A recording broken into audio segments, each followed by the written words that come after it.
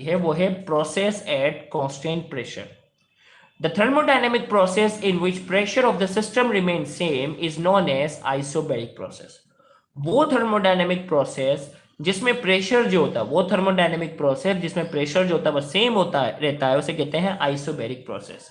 अब isobaric process में हमारे पास क्या हुआ कि जब हमारे पास एक सिलेंडर था जिसमें हमारे पास गैस का वॉल्यूम जो था वो क्या था, V1 था, टेम्परेचर था T1, और प्रेशर हमने क्या रखा हुआ है, प्रेशर हमने रखा हुआ है, एक मिनट, प्रेशर हमने रखा कांस्टेंट। प्रेशर क्या रखा हमने, कांस्टेंट रखा।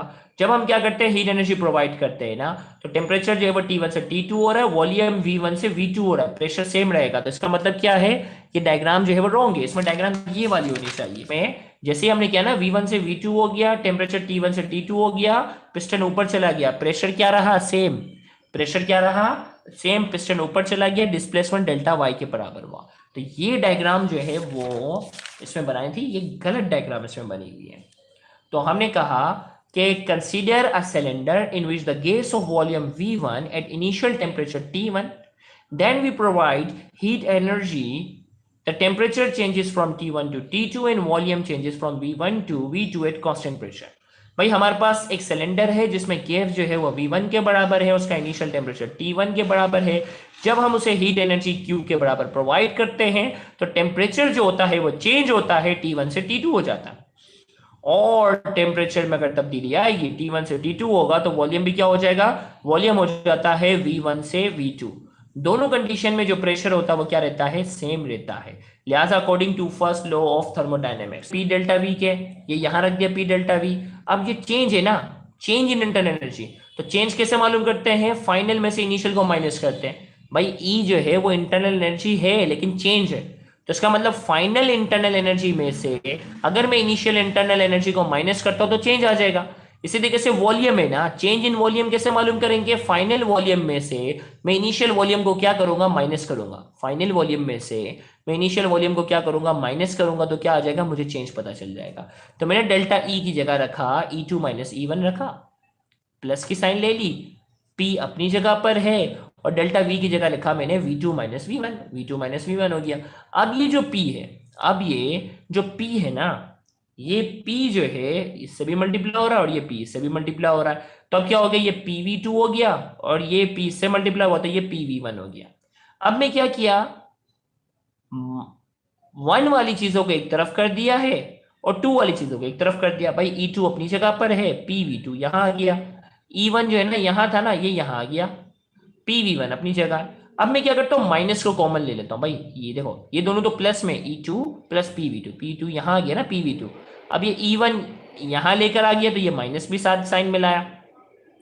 तो अब माइनस E1 माइनस PV1, अब माइनस में क्या कर देता हूं, कॉमन ले लेता हूं। माइनस क्या करता हूं, मैं कॉमन ले लेता हूं, माइनस आ गया, ब्रैकेट आ गया। अब क्या हुआ, E2 plus PV2 minus E1 plus PV1, ये हो गया। अब E2 प्लस PV2, भाई इंटरनल एनर्जी और प्रेशर वॉल्यूम वर्क, याद रखिएगा, इंटरनल एनर्जी और प्रेशर वॉल्यूम वर्क को हम नाम देते हैं एंथैल्पी का। इंटरनल एनर्जी और प्रेशर वॉल्यूम वर्क को, इंटरनल एनर्जी और प्रेशर वॉल्यूम वर्क को जो हम नाम देते हैं वो है एंथैल्पी। तो हमारे पास भाई E2 प्लस PV2 एंथैल्पी के बराबर है और एंथैल्पी का सिंबल है H। इसी तरीके से E1 plus PV1 internal energy और प्रेशर वॉल्यूम वर्क का जो सम है वो किसके बराबर है, एंथैल्पी के, ये H1 हो गया। अब यहां मैंने क्या किया, इसकी जगह रख दिया E2 प्लस PV2 की जगह H2 रख दिया, और E1 प्लस P1 की जगह मैंने क्या रख दिया, H1। तो H2 माइनस H1 हो गया, ये हो गया डेल्टा H। तो QP बराबर हो गया किसके, QP बराबर हो गया डेल्टा H के। QP किसके बराबर हो गया है, QP बराबर हो गया डेल्टा H के बराबर हो गया।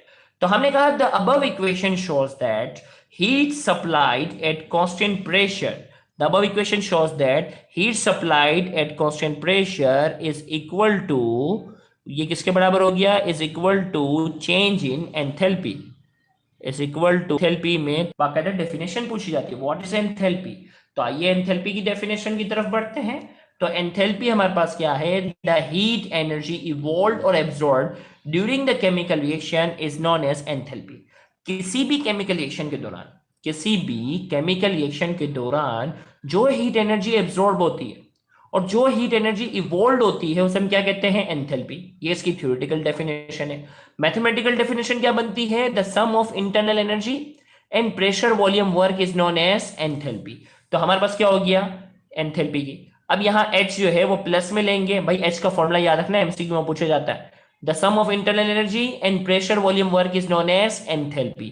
तो H हमारे पास है प्लस में एंडोथर्मिक रिएक्शन के लिए, और H माइनस में है एक्सोथर्मिक रिएक्शन के लिए, जो मैंने अभी आपको बताया।